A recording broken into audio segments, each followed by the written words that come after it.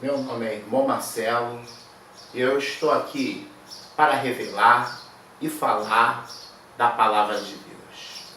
Meus amigos, há tempo sem postar vídeo por causa de problemas sociais relacionados à minha família e o trabalho.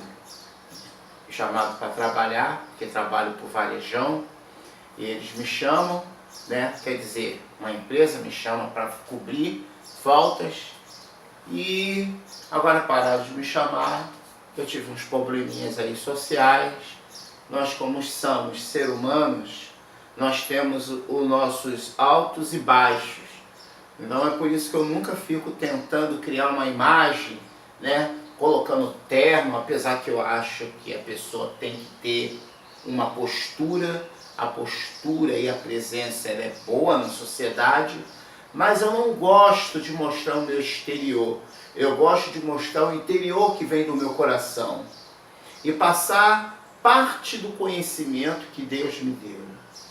Meus irmãos, eu estou um tempo sem ler a palavra, então isso dificulta às vezes a gente interagir melhor com o público. Mas eu tenho me esforçado para que o alimento de Deus ele faça permanente entre nós. Eu vou pegar o meu óculos aqui e vou pegar a Bíblia. Hoje o assunto é: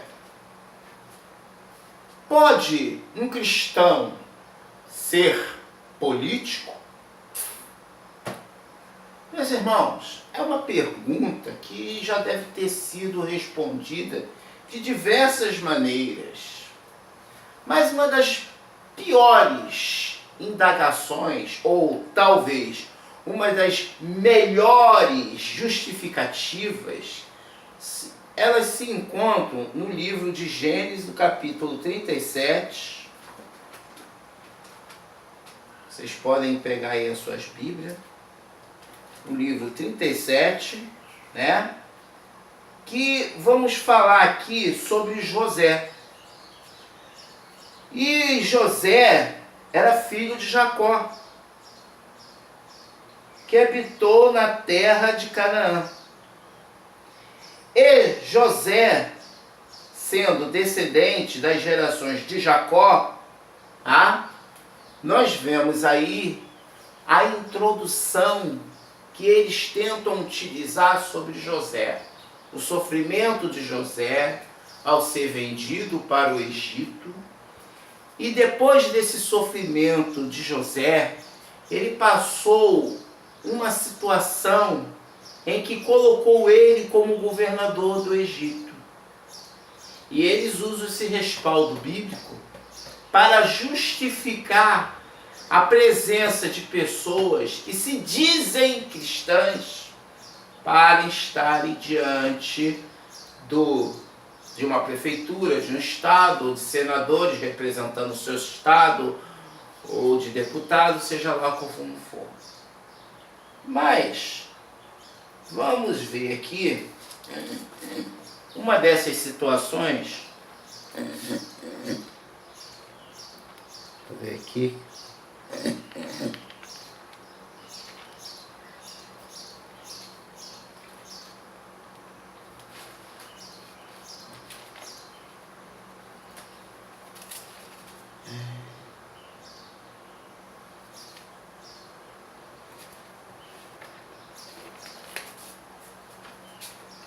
Aqui uma dessas situações. Vocês desculpem, é que eu tive que ajeitar um papel que tinha o vento aqui. Caiu os livros, os papéis, eu não posso perder. Vou começar lendo aqui um versículo. E Israel amava José mais do que todos os seus filhos, porque era filho da sua velhice, e fez uma túnica de várias cores. Vendo, pois, seus irmãos que seu pai o amava mais do que a todos os seus aborreceram e não podiam falar com ele pacificamente. Meus amigos, muitas das vezes, quando uma pessoa é escolhida de Deus para algo, o adversário das nossas almas usa quem? Vai usar os familiares, vai usar os mais próximos. Esse adversário da nossa alma está embutido na nossa carne, que são os semideuses. Eles, ao sentirem a presença de Deus na pessoa, eles se incomodam, eles se irritam. Eles querem destruir, por quê? Porque o mundo é uma competição. O mundo é assim. Quando vê que uma pessoa é capaz ou melhor do que ele quer derrubar aquela pessoa para ele ficar na frente. Nós somos diferentes de alguns animais, sendo que há diferenças peculiares entre os seres humanos. E essas diferenças são precursoras de situações adversas. Ciúmes que vivem na sociedade, essa sociedade que nós estamos vivendo, que vai de mal a pior. Então aqui nessa época já havia esse sentimento, um sentimento de rivalidade.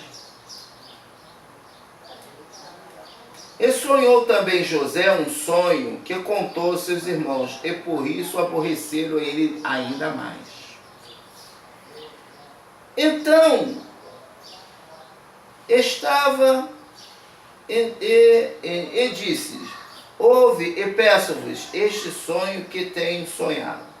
Eis que estávamos antados os molhos no meio do campo. Eis que o meu molho se levantava e também ficava em pé.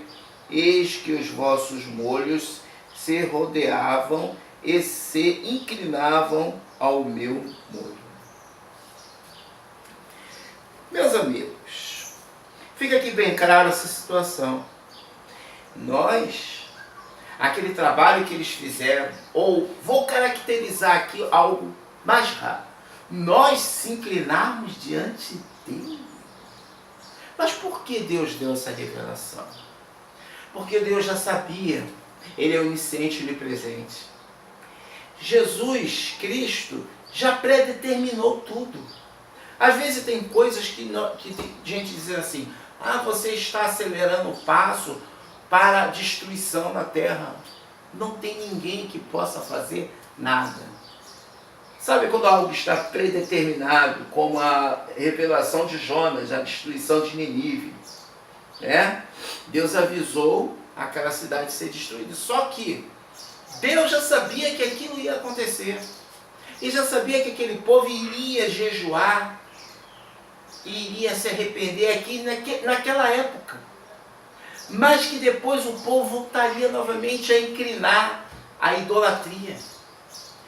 O que está acontecendo hoje com o nosso povo, a nossa sociedade? As religiões estão em competição, as pessoas estão divididas, as religiões estão misturadas às situações políticas, e é uma mistura religiosa com promessas, principalmente com o Brasil, que não vai rolar. Nem no mundo, em lugar nenhum. Porque você pode trocar todos os governantes, que você apenas já está cumprindo aquilo que a palavra está dizendo. Aquela predestinação. Você pode colocar um crente, você pode botar isso, achar que o crente vai impedir que... Meu amigo, não adianta. A tendência do mundo é a destruição. A destruição dos valores, a destruição de tudo que você defende, como eu defendo os valores humanos. Mas sabemos que a tendência do mundo é a destruição. Porque o homem e sua imaginação vai piorando. Então fica muito vago esse pensamento.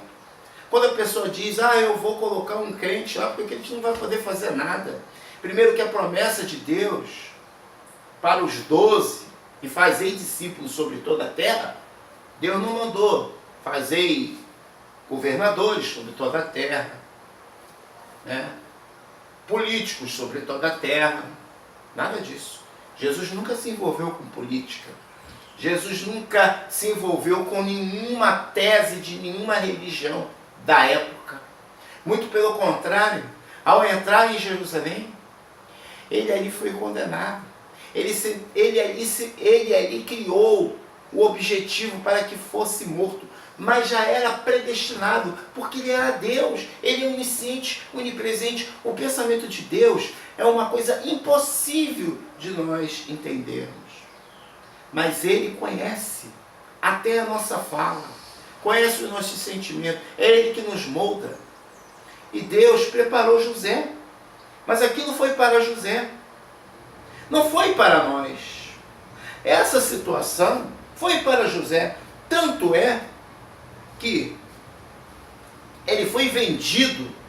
Olha só, prestem atenção nessa situação aqui. Eu vou mudar aqui de versículo.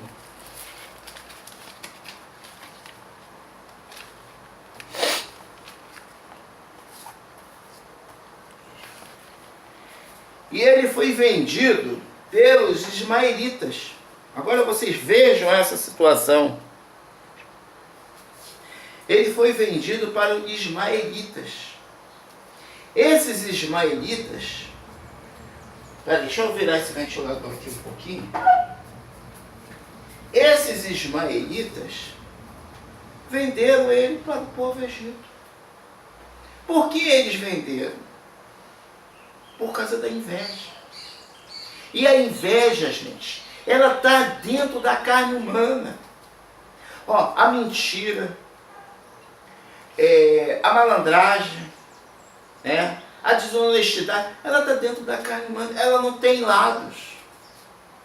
Há pessoas aí, né, tentando incluir, tentando fermentar algo dentro da sociedade, dizendo que a direita é honesta, a esquerda. Gente, é como você tentar se classificar que o Rio de Janeiro é todo de esquerda e todos aqui estão condenados e predestinados à destruição, e que em São Paulo todos são direita e estão salvos. É muito fácil de identificar uma pessoa com uma camisa se titulando esquerda ou outro direita. Então o que devemos fazer? Nós devemos fazer a diferença. Nós devemos fazer a nossa predestinação. Que é o quê? Nós somos o quê? Nós somos falhos. Nós somos o quê? Somos discípulos. Nós somos discípulos de Cristo. Então, sendo discípulos de Cristo, nós devemos entender como aqui a palavra de Deus nos fala em Mateus capítulo 10, né? Que diz aqui, o versículo 7. Não, versículo 6. Mas ides ante as ovelhas e perdida da casa de Israel. Perdidas, ó. Mas ides antes as ovelhas perdidas da casa de Israel. Meu amigo, aqui no versículo 6, capítulo 10 de Mateus, eu não vou ler todo o texto, não, o vídeo vai ficar muito grande. O que Jesus diz? O que são as ovelhas perdidas? São aquelas que estão distantes de Deus. Vá primeiro a elas. Você que tem algum conhecido que por algum motivo se afastou de Deus ou desviou, é a mesma coisa, que tem gente que tem essa mania. Ah, afastou é uma coisa, né? Desviou é outra. Não, é a mesma coisa. Vá a Ele com espírito de mansidão e fala sobre Ele, da novidade novamente do reino. Tente reacender essa luz, porque essa é a nossa luta. Porque a terra está predestinada à destruição. Meu amigo, não adianta. O Brasil está predestinado à destruição. Mas não só o Brasil, é os Estados Unidos, é o mundo inteiro. Os governos que estão vindo aí, há pouco tempo teve uma revolta agora, essa semana, na França. O povo foi à rua sem líderes políticos. O povo exigiu. Mas, gente, isso vai passar. Porque daqui a pouco isso aí vai desmoronar. Aí vem uma guerra. Aí começa uma guerra, né, no mundo. Estados Unidos, Rússia e seus aliados, um dos outros. E aí imagine como é que vai ficar o mundo. A fome. O mundo não está seguro. É impossível de acontecer uma guerra. Quem pode garantir isso? Quem pode garantir palavras? Minhas palavras? Tuas palavras? Meu amigo, você pega o Evangelho de Deus. Abra a tua boca. Fala do reino do Senhor. Buscai o reino de Deus e a sua justiça. E as demais coisas vos serão acrescentadas. E no versículo 7, ide pregai dizendo, é chegado o reino do céu. Curai os enfermos, limpai o leproso, ressuscitai os mortos, expulsai os demônios, de graça recebeste, e de graça dai.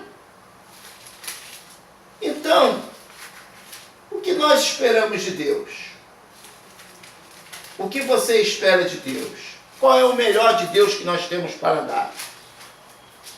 Qual é a melhor teoria evangélica? Porque tem muitos aí com teorias. Tem muitos aí ressuscitando teorias. Mas, meu amigo, o reino de Deus é semelhante a uma criança. É um coração limpo.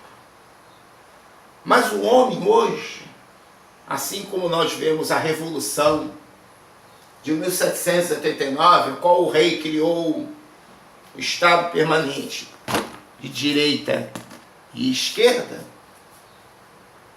as pessoas tentam associar isso, tentando identificar quem são os honestos. Quem é de esquerda não presta, quem é de direita é honesto. Fica tão fácil que nem a palavra de Deus fala isso. Imagine agora eu condenar todo mundo que está na Assembleia à destruição, como eu também condenar todo mundo que está na Universal. É fácil falar. Não, a Universal, todo mundo ali é o diabo, mas a Assembleia, todos são. Não é a mesma coisa? Falar que a direita é salva e a esquerda está condenada? Meus amigos, vamos entender que nós temos que ter, não lados, e sim uma posição. Qual é a sua posição com Cristo? Qual é a minha posição? É que a nossa carne, infelizmente, ela nunca vai renunciar a Cristo. Mas a vontade e a fé, que o Espírito Santo, porque a luta da carne e do Espírito, quem vai prevalecer é quem vai vencer. Mas se a tua carne prevalecer, você vai correr atrás de político, você vai correr atrás da direita, vai correr atrás da esquerda, mas corramos atrás daquele que nos ressuscitou, daquele que nos colocou para fazer a obra de Deus. Hoje, a minha mensagem não é uma mensagem, né, voltada à teologia, porque a teologia, né, ela causa mais confusão do que entendimento. Eu estou tentando aqui falar da maneira mais simples, mais simplificada, tentando colocar para vocês o objetivo de Deus em nossa vida. Que Deus possa repousar no coração de todos nós, que possa abençoar, que 2019, para cada um de vocês, seja próspero. E vamos nos orientar aquilo que Jesus ordenou que nós pregássemos. Que nós devemos fazer a cada dia. Eu queria aqui pegar Mateus 6.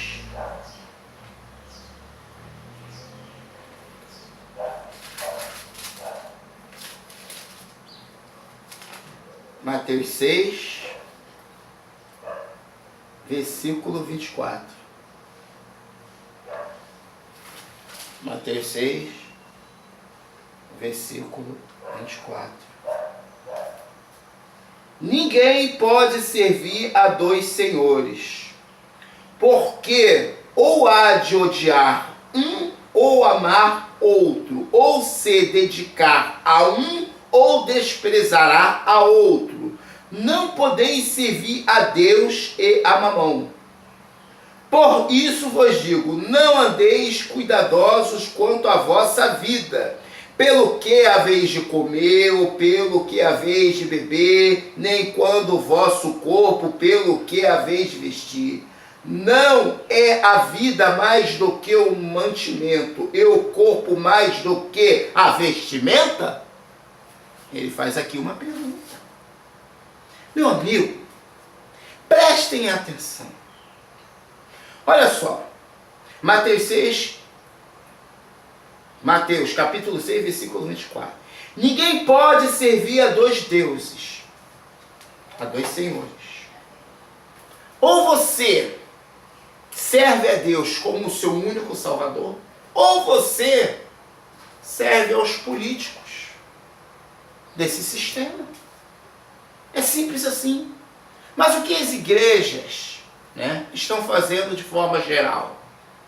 Elas colocam Deus.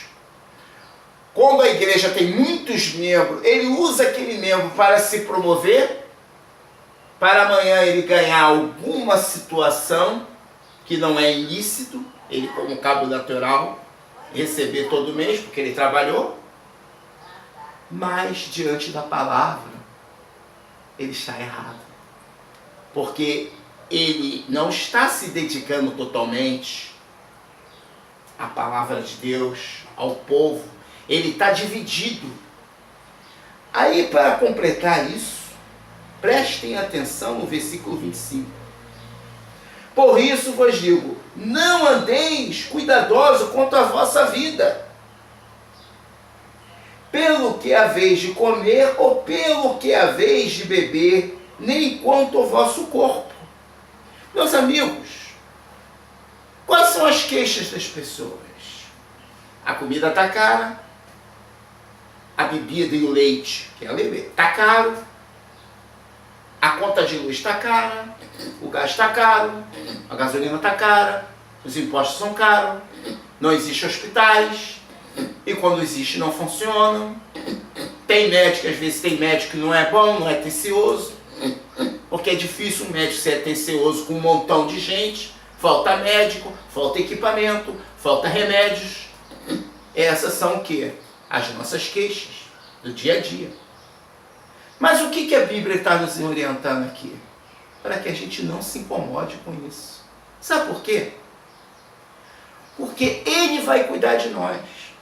Não, meu irmão, eu não aceito isso. Meu amigo, a sua opinião, ela para mim não faz nenhuma diferença. O que me faz a diferença é o conteúdo da palavra. É difícil. É difícil. Mas quando nós observamos a palavra no seu contexto, entendemos que apesar de nós sermos cidadãos e temos que cumprir a lei dos homens, nós não fazemos parte deste mundo. O que é parte desse mundo? É lutar por coisas que nunca vão se endireitar. E o problema aqui no Brasil não é diferente do problema lá nos Estados Unidos, ou na Rússia, ou na China. O problema do Brasil é que o Brasil é uma nação controlada pela elite dominante. Então, e além disso, a cultura brasileira é muito complexa. Então o Estado brasileiro se torna fraco, falta de gestão, falta disso. Mas tudo isso é uma ortopia da situação humana de governos que existem por aí. E são como a onda do mar. Eles têm sempre essa mesma conversa fiada. Já vou terminar. Antes, a ditadura era culpada por essa situação, Veio o governo democrático. Ulisses Guimarães era a solução. Não resolveu nada. Aí veio Fernando Collor. Ele queria bater de frente com as grandes montadoras, fazer a reforma tributária, fazer até algumas coisas que o Jair Bolsonaro anda falando. Não rolou nada. Não conseguiu ir à frente. Aí veio o Fernando Henrique. As grandes promessas, milaborantes, privatizações, né? Importando aquilo que era de interesse da elite aqui, mas não importando as leis que conduzem a lei do mercado. Não vou entrar nesse assunto, que é outro assunto. Não adiantou nada. Aí veio Lula. Maravilha. Os primeiros 4 anos. 2, 3. No finalzinho já começou a coisa a desandar. Veio a Dilma, porque a mulher é mais suscetível, menos suscetível ao roubo, que a mulher é menos corrupta. Essa conversa de menos e mais, esse blá blá blá de sempre, não deu resultado nenhum, porque o que tem mais é mulher corrupta. É igual como você vê, né, as mulheres que têm hoje carro. A frota de carros de homens, há uns 30, 40 anos atrás, era apenas 1%, entre 100% de homens, mulheres. Então, os acidentes de mulheres eram pequenos. Mas conforme esse número foi crescendo, o número de acidentes vai crescendo. É óbvio. Então, eles sempre usam ou o intelectual, o mais associado, o mais competente, ou o sexo, e agora a honestidade. Meus amigos, o homem usa de todos os artifícios para agregar fanáticos, mas se esquece da eficácia da palavra de Deus. Então, aqui, as nossas preocupações com esse sistema político, ele tem que acabar. Você tem que se desgarrar dessas igrejas que estão pregando. Desculpem, gente, é que toda hora voa um papel aqui. Tá, deixa pra lá. Que estão agregando essa situação, querendo vincular uma coisa com outra. Saem fora disso. Anuncie o Evangelho de Deus. Então, meus irmãos, eu vou ficar aqui. Que Deus possa ter esclarecido que nós não devemos misturar os canais. Tá? Não sou contra a ninguém que está na política, né? Siga o seu caminho, mas só estou aqui orientando a palavra. Tá? O certo é melhor que a gente pegue o Evangelho, porque você vai se dedicar melhor e não se frustrar com esse sistema que nunca vai mudar. A paz para todos.